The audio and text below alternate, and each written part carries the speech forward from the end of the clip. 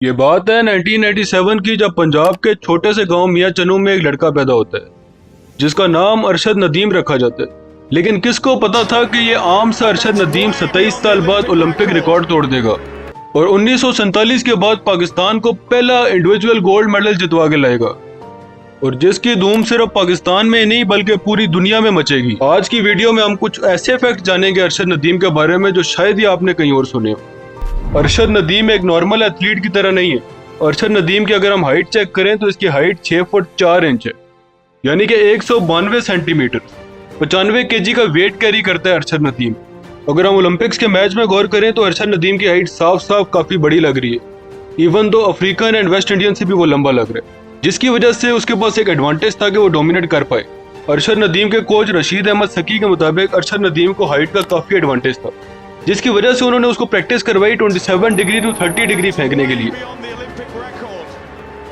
Normally Olympics में जब लोग जेवलिन फेंकते हैं तो वो आगे गिर जाते हैं, लेकिन अरशद के कोच ने इसको खड़े खड़े जेवलिन फेंकने की प्रैक्टिस करवाई, क्योंकि अरशद की जसामत ऐसी है कि अगर वो गिर जाए तो उसकी कोई ना कोई इंजरी होने का चांस काफी ज्यादा है और फ्रैक्चर भी हो सकता है। अरशद के पास कुल मिला के 9 मेडल्स हैं, जिसमें पेरिस ओलंपिक 2024 का गोल्ड मेडल भी शामिल है। बाकी के मेडल्स उसने world championship, Commonwealth games, Asian games, Islamic solidarity games, south Asian games और एशियन जूनियर चैंपियनशिप में जीते हैं, जिसमें 4 गोल्ड, 1 सिल्वर और 4 ब्रॉन्ज मेडल शामिल हैं। क्रिकेट के फास्ट बॉलर से लेकर जेवलिन थ्रो तक का सफर। अरशद नदीम बचपन से एक बेहतरीन एथलीट था। उसने 100 मीटर, 200 मीटर, 400 मीटर और डिफरेंट रेसेस में हिस्सा लिया। अरशद नदीम ने लॉन्ग जंप भी की, गोलाबाजी भी की, लेकिन सबसे ज्यादा अगर उसको कोई चीज पसंद थी तो वो था क्रिकेट। वो क्रिकेट में एक बेहतरीन फास्ट बॉलर था और उसका ख्वाब यही था कि वो क्रिकेट में ऊपर जाएगा और एक दिन कौमी टीम की तरफ से खेलेगा। लेकिन उसके वालिद साहब क्रिकेट के कोई बहुत बड़े फैन नहीं थे। उन्होंने अरशद को बताया कि तुम क्रिकेट को छोड़ के जेवलिन की तरफ आ जाओ और अपनी फास्ट बॉलिंग की एनर्जी और अपनी आर्म पावर को तुम जेवलिन में इस्तेमाल करो, क्योंकि उसके वालिद साहब को अरशद के ऊपर यकीन था कि ये फ्यूचर में जरूर कुछ ना कुछ कर सकते हैं। और आज हम जानते हैं कि उसके वालिद साहब का यकीन और फैसला कितना सही साबित हुए। अरशद नदीम दुनिया के वो चौथे एथलीट हैं जिन्होंने 90 मीटर का मार्क क्रॉस किया। और अरशद नदीम का एक और कारनामा यह है कि एक ही ओलंपिक मैच में 2 दफा ओलंपिक रिकॉर्ड तोड़ा।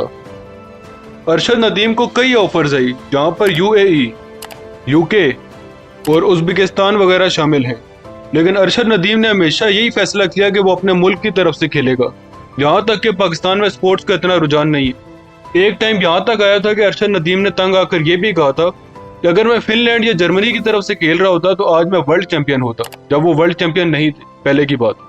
अरशद नदीम का भाई शाहिद अजीम जब अल जजीरा को एक टेलीफोनिक इंटरव्यू दे रहा था, उसने बताया कि हमारे लिए बहुत ही लकी डे होता था जब सब्जी और दालों के अलावा हमें कुछ और नसीब हो।